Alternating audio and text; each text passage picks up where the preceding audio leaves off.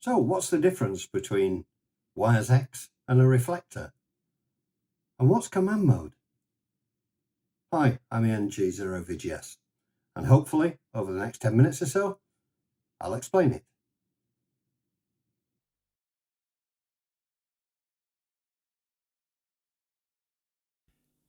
So, what's the difference between wires X and a reflector? System Fusion is Yaesu's digital voice offering. The software that makes internet linking possible is known as wires X. WIRES is an acronym and stands for Wide Coverage Internet Repeater Enhancement System. The software for this is free and can be used by repeaters, gateways, and in various other ways by anyone with a compatible Yaesu radio and a Windows PC. It can be downloaded directly from yaesu.com, and I'll explore this more in another video. Reflectors, on the other hand, are nothing to do with Yaesu at all. They have their own networks and are accessed usually by using software like Pi-Star running on a Raspberry Pi. These hotspots, as they're known, usually have a very low power radio attached. You can also buy ready-made hotspots like the OpenSpot, etc. It's really important to understand, however, that wires X and reflectors are two completely different and separate systems. The room owner can link or bridge them together, but there is no direct connection between the two. Most of the time, all this works seamlessly, but there's one issue in particular that can cause a problem. To save time, instead of keep saying repeater or gateway, I'm simply going to refer to the term node, which means either. I'm also going to assume a newer Yaesu radio with a defined DX button. Some of the older radios can achieve command mode, but if I were to explain each radio, we'd be here forever. To fully understand how command mode works, it's necessary to understand just what happens when you press the DX button on your radio. You'd imagine that when you press that button, a command is sent to the remote node to enter command mode and send its information to you. This is not what actually happens. What does happen is that you're putting your own radio into a mode that enables you to send commands to the remote node. The software at the remote node will then respond to your commands. When using a compatible Yaesu radio to access a wires X connected Fusion node, this is truly useful because it allows you to list and change to other rooms, read news and messages, etc. I covered some of this in the video Changing Rooms on this channel. Before we go any further, it'll help to understand what actually happens when you key the PTT whilst in command mode.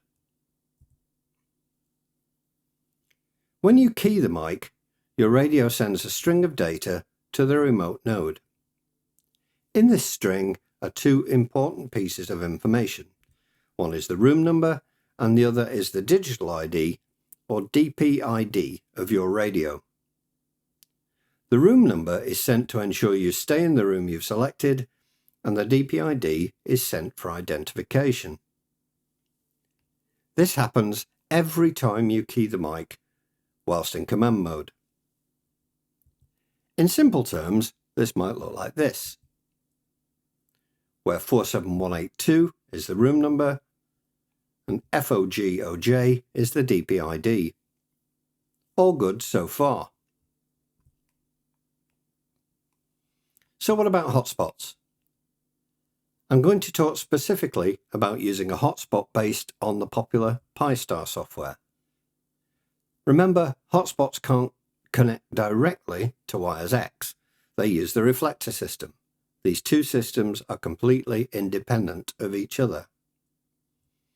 Generally, on a hotspot, you select the reflector you wish to connect to on a list in the Pi-Star software on your computer.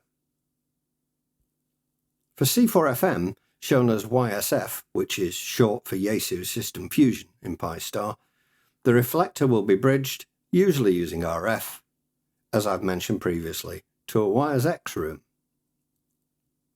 Recent versions of Pi-Star also support command mode. This enables you to change the reflector you're connected to, and is a convenient way of moving around reflectors without having to go to the computer and change the reflector manually. Again, all good so far.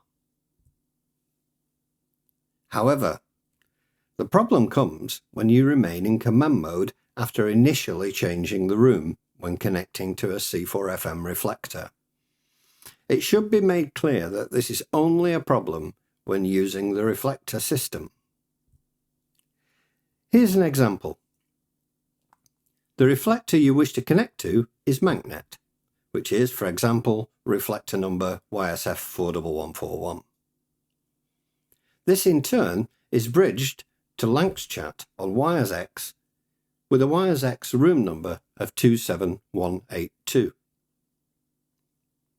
You put your radio into command mode with the DX button, key the PTT and tell your hotspot to connect to 41141.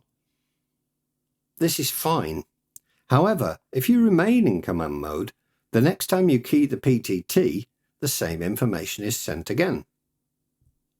So, your radio sends 41141 once more, which is the reflector you're connected to. Your hotspot's fine, it's already connected to it, so it ignores the command.